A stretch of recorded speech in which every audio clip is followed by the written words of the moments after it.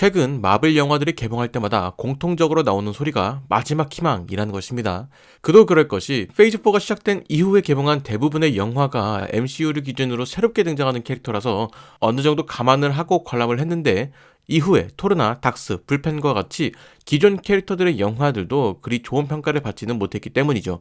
자, 그럼에도 앤트맨 시리즈는 기존에 개봉했던 다른 마블 영화들과는 다르게 코믹을 기반으로 한 가족 영화의 느낌을 많이 주었기 때문에 뭐 다르지 않을까라는 기대를 했지만 뭐 결과적으로는 그렇지 못했다라는 것이 저의 생각입니다.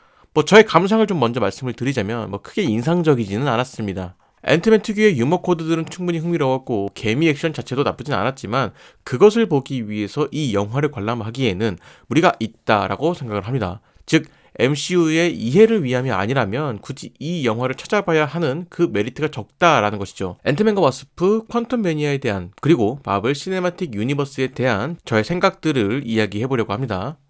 최근 마블 영화들을 보면서 들었던 생각입니다. 마블이 최종적으로 무엇을 보여주고 싶은가? 그것을 충분히 알 수 있습니다. 결과적으로 멀티버스 개념을 활용한 전 우주적인 위기를 그려내고 그 위기를 지켜내기 위해서 많은 사람들이 힘을 모은다라는 이야기일 것이죠. 그런데 그 이야기에 대한 예고를 거의 모든 영화에서 하고 있는 느낌입니다. 많은 영화에서 멀티버스에 대한 이야기가 나오니 그래 멀티버스 이야기 하고 싶은 거 알겠어. 그래서 언제 나오는 거야? 라는 생각이 든다라는 것이죠.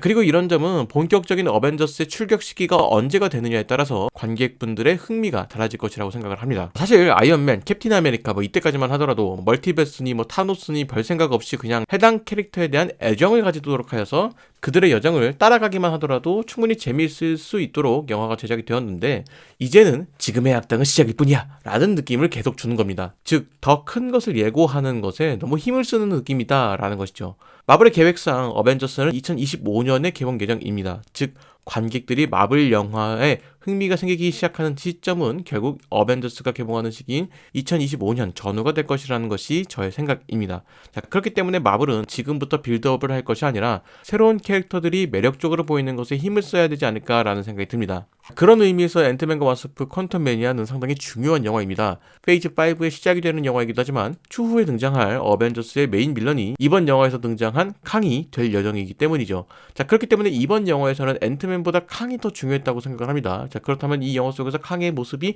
아주 강력하다고 느껴졌는가? 저는 그 정도까지는 아니었다라고 생각을 합니다. 뭐 그렇기 때문에 영화의 마지막 장면에서 스캇의 나레이션에 마냥 웃을 수만은 없을 것입니다. 그의 말이 현실이 될 순간이 예정되어 있기 때문이죠.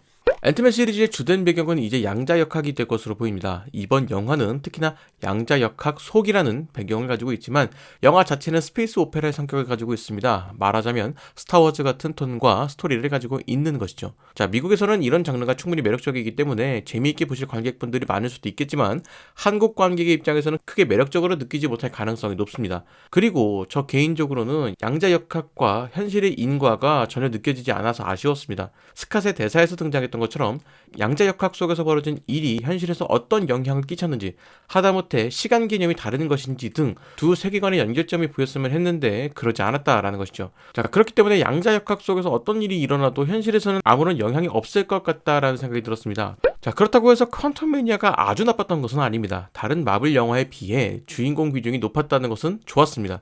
사실 닥터 스트레인지 2만 하더라도 닥터 스트레인지보다는 완다가 더 중심이었고 토르에서도 토르보다는 제인의 등장에 좀 더 집중한 모습이었고 블랙팬서 또한 새로운 캐릭터를 돋보이게 하는 것이 목적이었습니다.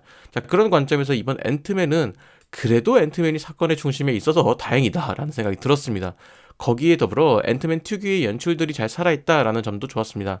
앤트맨의 이전 시리즈에서 유머 코드들이 마음에 들었다면 이번 영화에서도 해당 장면에서는 충분히 웃을 수가 있을 겁니다. 그리고 그 웃음이 그게 분위기를 깨는 것도 아니기 때문에 나름 잘 연출된 부분이다라는 생각이 듭니다.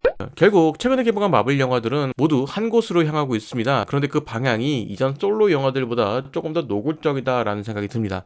그래서 각 영화들이 비슷한 이야기를 하는 것 같은 느낌이라는 것이죠. 이전 영화들을 보면 각 영화들이 자신의 이야기를 보여주다가 어벤져스라는 영화를 통해서 뭐 어찌저찌 모이게 된 인물들이 이제는 비슷한 목적을 가지게 되면서 솔로 무비에서 공통점이 나오는 부분이 생기게 되면 나름 반가움이 생기기도 하는 뭐 그런 점들이 있었습니다. 즉 과거의 마블 영화들은 캐릭터들이 매력적이었고 각 캐릭터들이 다른 영화에 관여하게 되는 순간들이 상당히 즐거움으로 느껴졌는데 지금의 마블 영화들은 캐릭터를 매력적으로 만드는 것보다는 큰 이야기를 만드는 것에 조금 더 집중한 느낌이라는 것이죠.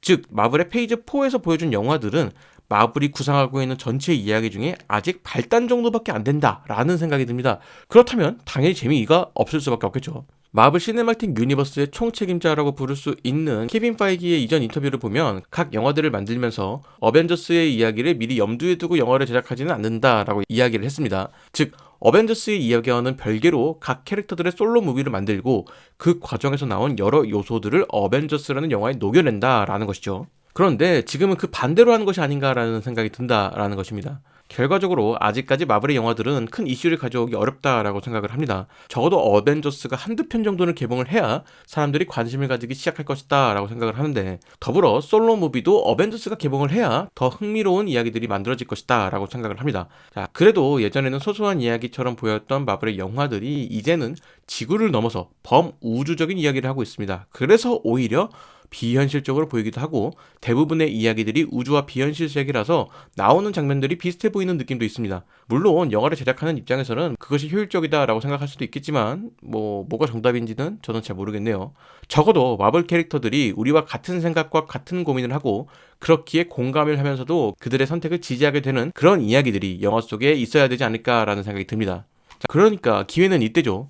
마블이 이렇게 주춤하고 있을 때 DC가 좋은 모습을 보여주어서 마블을 긴장하게 만들었으면 좋겠습니다.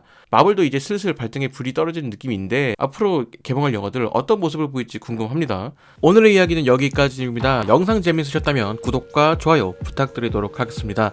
아울러 여러분들의 멤버십 가입과 슈퍼땡스를 이용한 후원은 채널 운영에 많은 도움이 되고 있습니다. 여러분들의 많은 관심 부탁드리며 저는 다른 이야기로 돌아오도록 하겠습니다.